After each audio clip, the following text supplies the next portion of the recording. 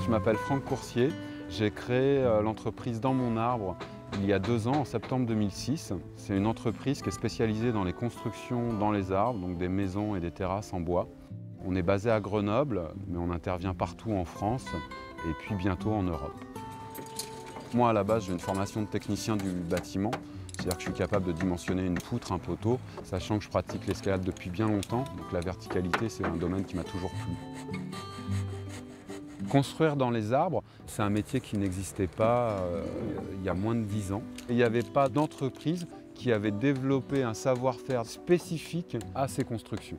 C'est-à-dire qu'on travaille énormément avec des cordes et des poulies qu'on va installer dans l'arbre et qui vont permettre de hisser les différents éléments. On travaille avec des éléments qu'on appelle manutransportables. Tous les éléments préfabriqués sont transportables et manœuvrables par 2 personnes. Ce qui est assez drôle dans mon métier, c'est que je suis charpentier, mais à la différence de mes collègues, je vends des toits qui ne sont pas étanches. Parce que pour moi, c'est très important que l'arbre puisse continuer à se développer, que le projet ne soit pas une nuisance pour l'arbre, mais que ce soit comme un oiseau qui vient faire son nid au creux des branches et que les deux puissent évoluer dans le temps en harmonie. Le client qui me contacte, il a un rêve. Il va me dire je veux une terrasse pour mes enfants, ou une petite cabane, ou faire un bureau, ou faire une chambre d'hôte. Je vais pouvoir voir déjà s'il y a une cohérence entre son projet et les arbres qu'il a photographiés.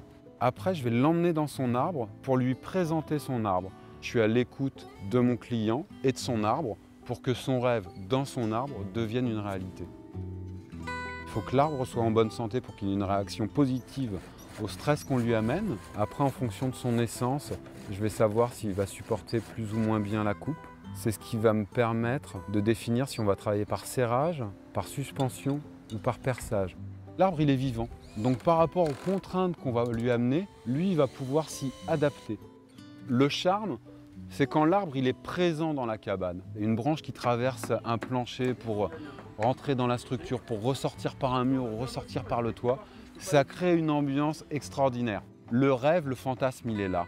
C'est que l'arbre, il reste présent à l'extérieur et à l'intérieur de la structure. Il est vraiment l'hôte à part entière du nid douillet qu'on a construit. Ce qui me branche beaucoup dans ce métier, dans mon activité, au-delà de construire dans un arbre, c'est surtout la dimension humaine des projets. Elle est à travers la relation qui va s'instaurer entre l'équipe et les clients. Et puis, il y a aussi l'aventure humaine qui va se passer au niveau de l'équipe. On travaille loin de Grenoble en général, on vit toute la semaine ensemble. Donc il y a beaucoup de convivialité et un respect qui s'est créé. Et ça pour moi, c'est vraiment mon moteur. C'est ce qui fait que chaque projet est une aventure et une aventure humaine.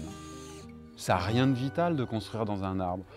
Mais réaliser ses rêves, ça c'est vital.